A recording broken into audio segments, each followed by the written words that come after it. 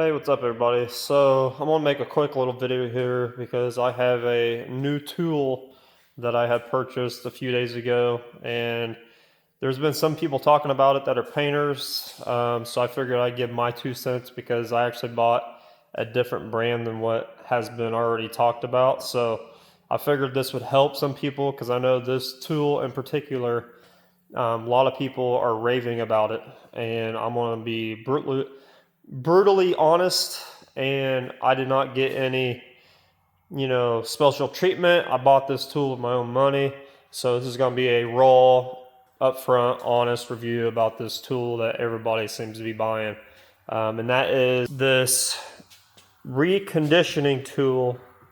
That is what they call this thing.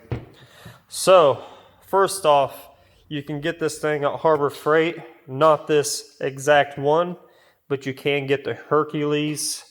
That is their brand name for Harbor Freights. You can buy it as a kit. I think it's like 140 bucks, and it comes with one wheel. I'm not sure if the Harbor Freight one, you get to pick which wheel you want to start out with, but the wheels by themselves are about $30 a piece from what I've seen. So I went ahead and bought a Harbor Freight wheel just because I was curious to see if it would fit on mine, and it does. Because the wheel that I actually picked with my tool when I first bought it was the 80 grit pad, and that's what this is. This wheel right here is the 40 grit. You can see the difference. And that is one misconception I have about this whole thing is, to me, when if you're not going to Harbor Freight and you're buying something like this online, it's really deceiving what's what. Obviously, it's labeled, it's posted on there, but the pictures, they all look the same to me. So, yeah, that was one big thing that I was like really weary about is like, to me, all of them look like Scotch-Brite wheels. The red Scotch-Brites you get from 3M or whatever brand you buy, they all look like that, just a bunch of them bunched up around it, and they call it 80 grit. And I was really, really curious what that actually was, because when you get down to the rougher grits, like the 40 grit, it still shows a decent picture, but it still looks like a bunch of Scotch-Brites wheeled up together. Being in the industry and being around a bunch of different tools and just attachments and grinding pads and cut-off wheels and things like that, I had a feeling this is what the 40 grit look like. And to me, the 40 grit wheel, tumbler, whatever you want to call this, roll, to me, it is exactly what, if you would buy 3M of the grinding discs that are nylon, the hard nylon purple grinding discs, that's exactly what this is. So I want to get that out of the way because to me, it's just, it was a little confusing. Even though they post everything and label everything, they all just look the same to me online. So this is the 80, which is exactly what I thought it was. It's just a little bit tougher of a Scotch-Brite pad that's bunched up. However they make these, I don't know, but that's exactly what this thing is. It's a really, really rough red Scotch-Brite pad, and they label it a 80 grit wheel. You can get a 60 and you can get a 40. I'm not sure if you can get a 20 or if it goes below 40, but 40 was what I sold at my Harbor Freight store. And you can actually go up to a buffing pad. So you can go all the way up to like, I think it's like 220 up to the 300s. And I think then after that, they offer a buffing wheel with it. So if you're wanting to buff something out or whatever, as far as bare metal goes, you can buy the buffing wheel for it. And all the attachments, no matter what model you buy, they all fit with the Harbor Freight, and they're all universal. So pretty cool that they allow that. I figured there'd be some patenting differences between the two companies. I got mine from Jags. I figured, I've bought a lot of stuff from Harbor Freight, and I figured the Jags one would be a little bit better built. With it being yellow, I was really hoping it was like a DeWalt brand. instead of the Hercules, but I was actually wrong. Not even using it for a half hour, it snapped off the handle that comes with this. All it is a cheap handle. It comes with a dowel pin and a couple nuts on it, and you run it, you just run it through this side, and then you tighten the nuts up. Well, that dowel pin, whatever you want to call that, that's threaded on both ends with the nuts in the middle. It actually snapped off in there from me using this thing. This thing is actually pretty heavy, so that's another thing I want to throw out there is the weight of this is very, very heavy to be using it for a very long time. And I'll get into what I'm using it on in a minute, but this thing is a workout. I'm not too sure if the Hercules brand is the same as far as weight goes, but the Hercules one, it seems like a lot of people are actually really liking it. Not that they've tried both either, but since I have the different version of the two, that is my only concern as far as somebody else buying this thing is when you're using this, especially on a car like I'm using it on, and having a broken handle, like it's already broken, the weight of it and how much pressure you have to put on this thing to do the job that you want it to do as far as stripping paint. It is very, very tiring. It's pretty much just like a mini workout, doing it panel by panel. So another thing that's pretty nifty on this that I liked is its variable speed. So I think it goes all the way up to 5 and then max, and you can go all the way down to 1 and then minimum. So that is really nice because once I started out having this thing cranked up to 5 and then I tried max, and this thing is almost uncontrollable at that speed, and it gets away from you, and with how heavy it is, and obviously without a handle, I'm just holding on for it for dear life. So just keep that in mind. You want to get one. I don't know if the Hercules brand has a variable speed on it, but I'm sure it probably does. I'm sure they're probably maybe the same machine, just different, components and stuff like that. The Hercules model is built a little bit different. I believe their handle comes out from the side instead of the top. This one is a top. And you can do the left-handed or right-handed, whatever feels comfortable to you. But yeah, just keep that in mind. Mine broke off very, very easily. Obviously, you can make something and configure it yourself, and then the variable speed is very good. But this thing is pretty heavy, so. What I'm going to show you guys next is what I'm working on with this. One side, I actually started off with the 80 grit by itself, and it took me roughly 45 minutes to do the section I'm going to show you. And then I was like, I ain't doing that to the whole car. That's taking too long. So I went off and this is where I bought this 40 grit wheel. To see if it would actually do better than the 80 grit. Obviously, it's 40 grit compared to 80 grit. It's half the grit, half the roughness. And this thing, I started off on the other side of the same panel with the 40 grit, and it took it off probably 10 minutes quicker compared to the 80 grit. And then I had to still go over the bare metal with the 80 grit to pretty much smooth it out and finish taking off like the factory E-coat off the part. This thing does leave heavier scratches, obviously, and it can.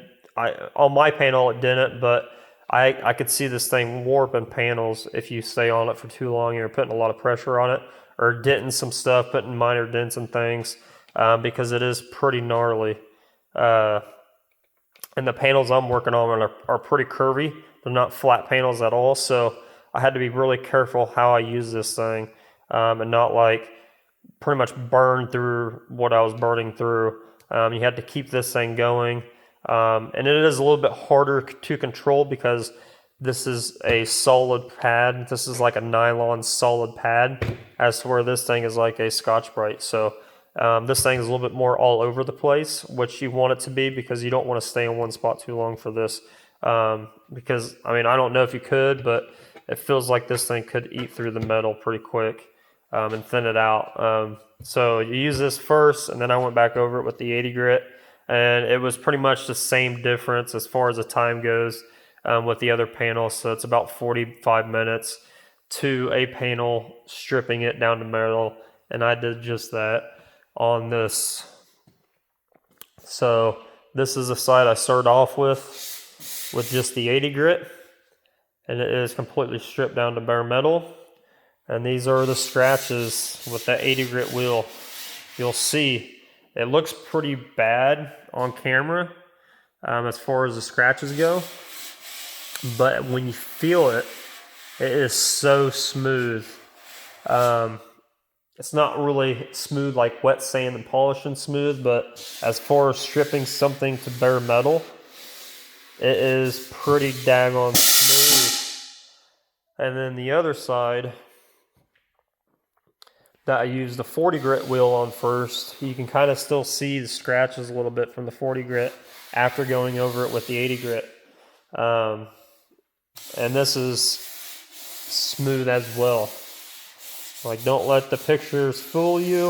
It is soft to the touch, it's slick, it's smooth, even though you can still see the minor sand scratches and stuff. And obviously they label it as an 80 grit wheel, so it leaves behind semi 80 grit scratches in it. So that's another thing you have to keep in mind, is you will have scratches in your panels when you're stripping them.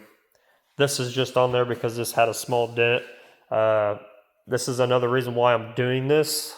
I haven't posted about this car for a while, but I have got a bug up my ass, and I decided I'm going to strip the outside panels on this car. And this is one reason why. I figured this car had a little bit of bodywork in it. When I bought it, the previous owner did say that he did fix a few dents around the car. But since I've sanded it down, repainted it again, this green color, it's got so much paint on it, you would not know if it was fixed or not.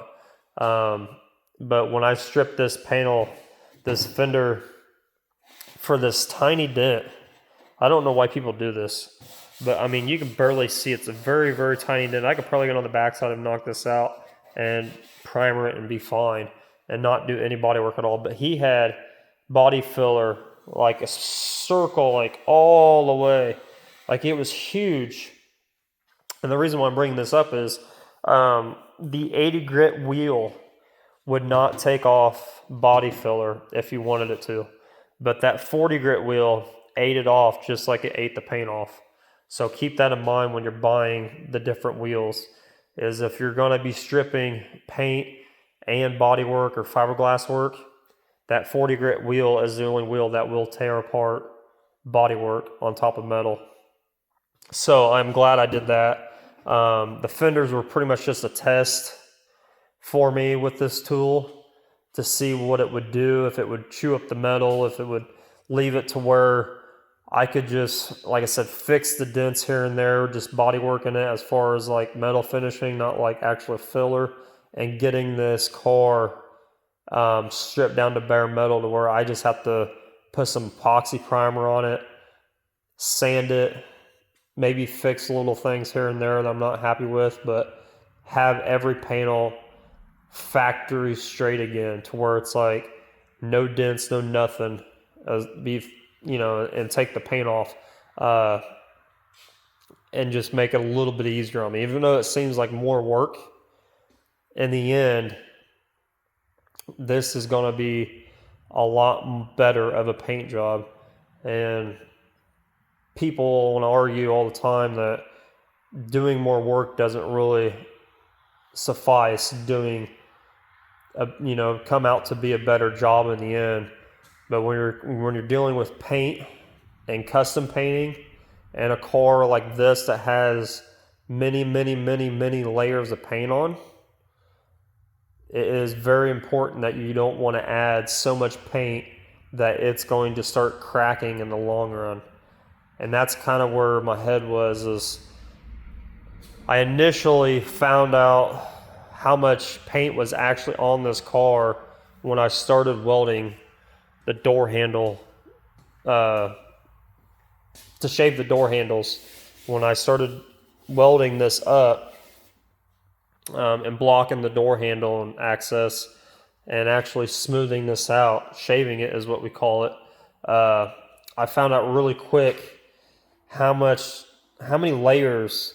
It's not even the layers part. It's just it feels super thick from the bare metal to where I actually body worked the doors and sanded them down and got them all the way straight. It just so much layers. It feels so deep.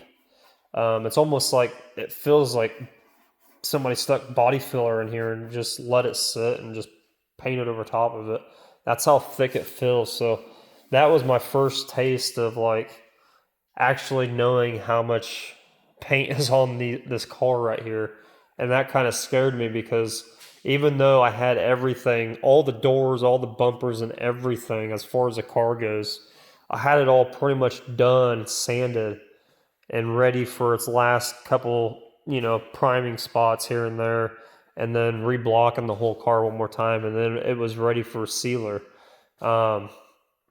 And with me repainting it again and doing graphics on it like I'm going to do again, just a different scheme, different color, different everything on it, I knew in my head that I'm going to have just as much paint on it as I did when the green color with the graphics than I am going to do after. So you add all those layers up plus another 6-7 layers of paint on top of it when you're adding like the clear coat and the colors and all that stuff that I'm going to put on this. That is a thick paint job that is going to be on this car.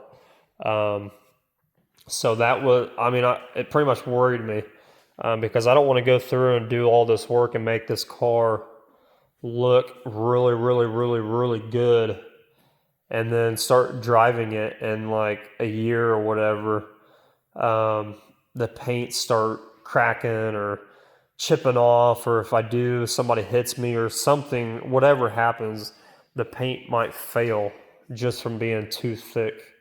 So that's where I got the idea that I'm going to be taking off all the paint down to bare metal on all the outside.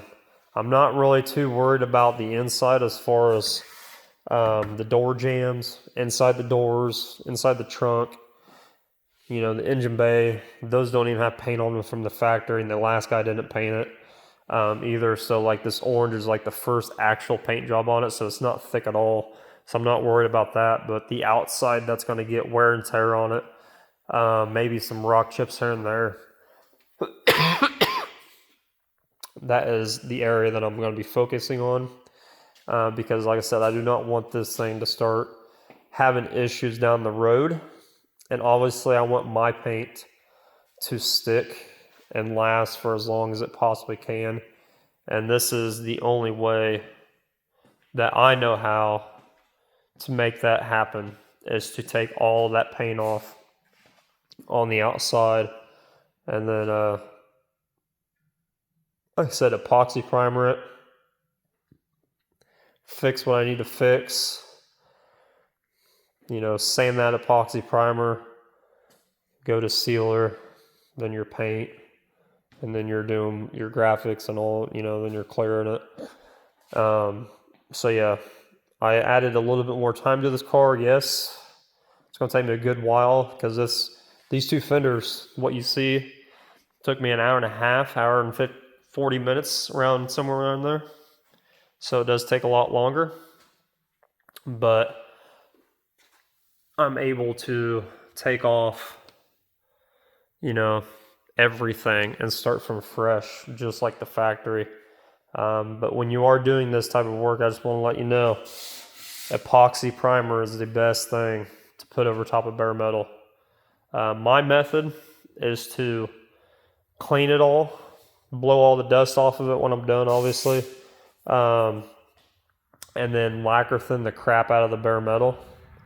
Let that dry, let that evaporate out, and then I'm going to be spraying House of Color KD System primer over top of it.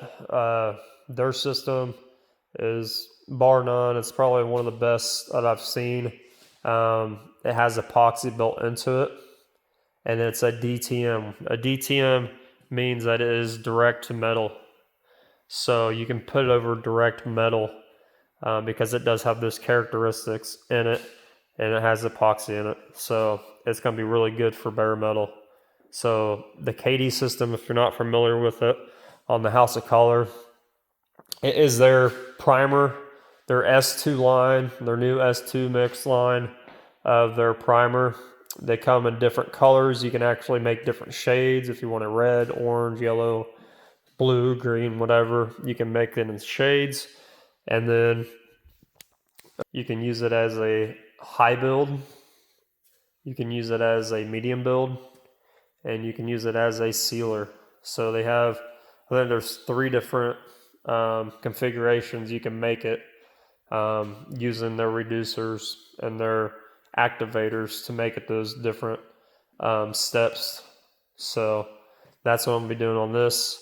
I've used that KD system on many projects, many bare metal stuff, and it's not failed me yet. It sticks to pretty much everything. It's amazing stuff. That's actually what's on the Civic, is their KD system. And it's still, I mean, I sprayed this probably 2.5 years ago. Not the bumper, but the fender, all the car and everything that you see that's flat black, that is their KD system.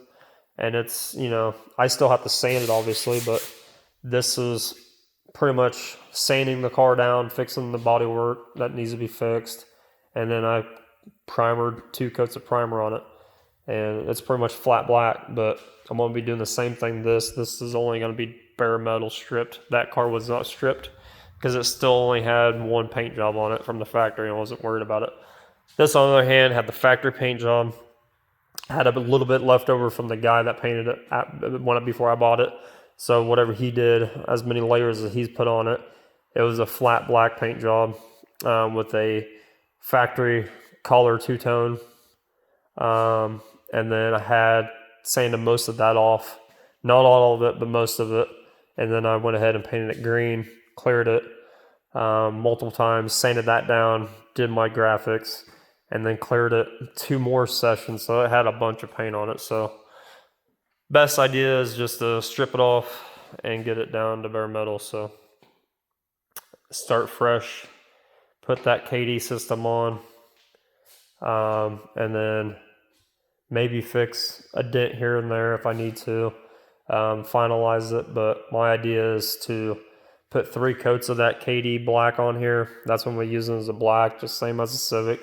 Put 3 coats on it, pretty much sand it down, blocking it, DAing it, and then going right to sealer. I'm going to be using the black just because when you start sanding the black, it changes more of a different color. It'll go to a chalky gray. That way you can see your imperfections. White, if you want to use white, you can, as far as their KD system goes, but it doesn't really show anything when you sand it. It changes color a little bit, but it's not enough to where you can actually see it. The black does. The gray's okay, but I use the black a lot because it will show a lot of imperfections when you're sanding it. So that's what I'm doing on this car, and finding all those imperfections before we go to paint. So that quick video about this tool, about the car that I'm doing stuff to still, that seems to never end because I keep adding to it. Yeah, so we're stripping it, all the outside of it, which is going to delay it, but in the end, when it's fully done, I don't have to worry about having 12, 15 coats of paint on this thing, plus my new paint job. So that's a little bit of a relief for me. Being a painter, I want my paint jobs to last as long as possible. And if you feel the way I do about stuff like that, as far as your work and your craftsmanship, and you want it to make it last, this is just how you do it. So in the automotive world. So yeah, if you want one of these tools, I would suggest getting the Harbor Freight one. It's a little bit more expensive than the Jags one that I found. By the time you pay shipping and all that, it's like $20 cheaper. So if you have somebody that has the Harbor Freight version and they like it, I would probably buy that one over the Jags one, to be honest. I just thought the Jags one would be a better quality brand. But to me, I think it's a little bit heavier than the Hercules version. And I know the Hercules version, you can buy a battery-powered one, so you don't have to buy it corded. So that's another plus. Obviously, the batteries are going to cost you extra money, so it might be more expensive. But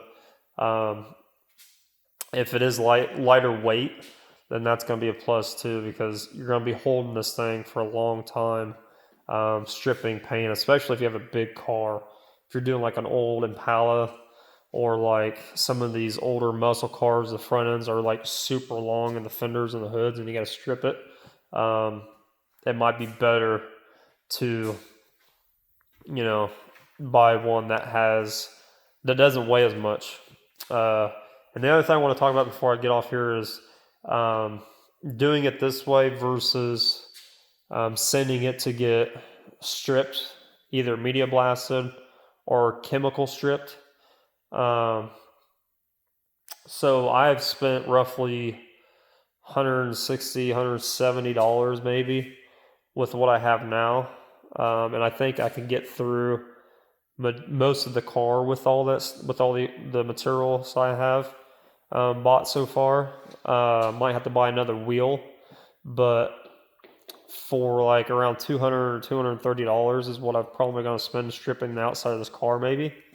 A chemical strip, if you're going to be gutting a car, say you're doing a hot rod, or even this car right here that I'm doing, if I completely strip it, inside, outside, everything underneath the car, everything's out of it, and you're going to have somebody come pick it up, take it to a company, they're going to chemically dip it in their chemicals. It's going to eat all the paint, all the crap off of it. It's going to come out. They're going to probably dip it twice. I really don't know the whole process to chemical dipping, but I know they do. They dip it, and it just eats the paint off of it, essentially. So the whole thing is submerged in a tank, gets all nooks and crannies. So like everything inside, outside, underneath the car will get ate up, and it essentially comes out bare metal. So you get to see what you're working with. And then that same company, what they'll do is, before they send it back to you, they'll actually spray epoxy on it for you. So you're pretty much getting two services there. You're getting the stripping, and then you're getting the epoxy.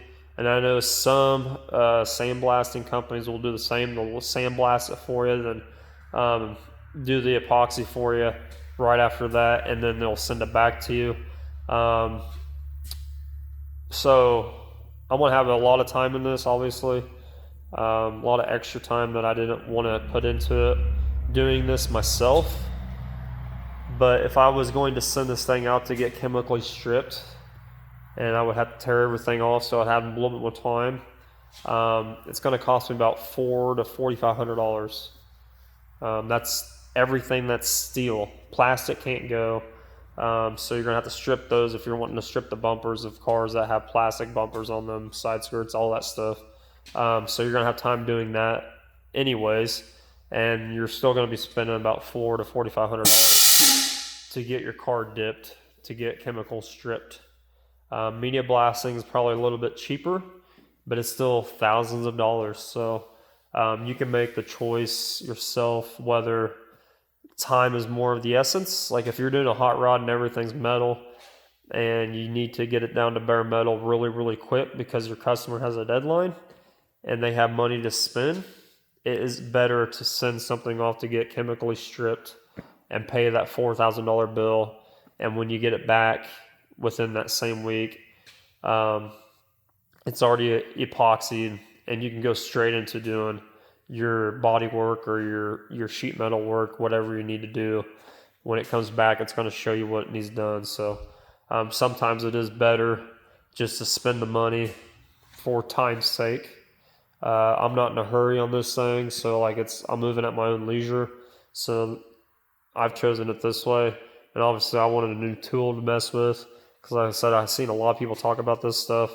about this particular tool, and I was curious to see. I've got friends that are curious because they've seen them too, but yeah, with me not being in a hurry, this is probably the best bet for me, is just to do it myself on my free time and just strip it, get it done, and then I get to see what's underneath myself. And I don't know, when you're doing something yourself, like I'm one of those people that like to do things and figure it out.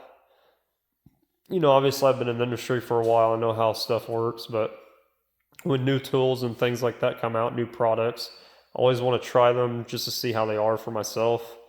So this is like one of those situations where I kind of want to just to test it to see if it's worth it. And obviously I need it done anyways, so it's like a learning thing. But when you're doing something like this hands-on yourself, and when you get it actually fully done, you got a little bit more pride for it.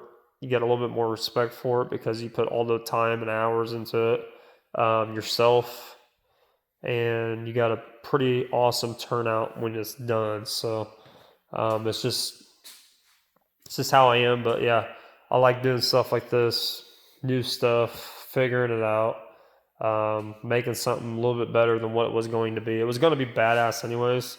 Like the car's straight. It's super, super straight. I honestly don't think the paint cracking thing would probably not happen because I'm not going to be driving it all the time, but it's not going to be sitting outside in the sun all the time either. So the paint cracking thing could have happened, but I'm not 100% positive it would have. It would have been all right if I would have just, you know, primered it, blocked it one more time, and then painted it and put it back together. It probably would have been fine, especially being the car that it is. It's a neon. It's nothing really special. I'm not going to get my money back out of it anyways, but this way I can actually 100% know that nothing is going to happen to the paint after I strip it all off. It's going to be just that much better. And sometimes stuff like that is just, it's better just to do it and get it done with than to sit around and like wait for it to happen or expecting it to happen or whatever. But I'm going to get off here. Just want to show you guys that real quick. So I will try to make another video as I'm getting closer to like the primering stage, and I'll show you how to go through and primer bare metal and things like that, because I want to get a lot of this stuff stripped before I start priming and doing body work and stuff like that. So we'll try to get a few more panels done. All the doors are going to get done obviously, and then the quarters, and then the roof on this car. So those are the major panels that are going to get stripped. So yeah, not much left to go, but it is. The doors are big. The quarter panel's not so big, but it should go pretty quick. So I'm excited. So I'll see you guys.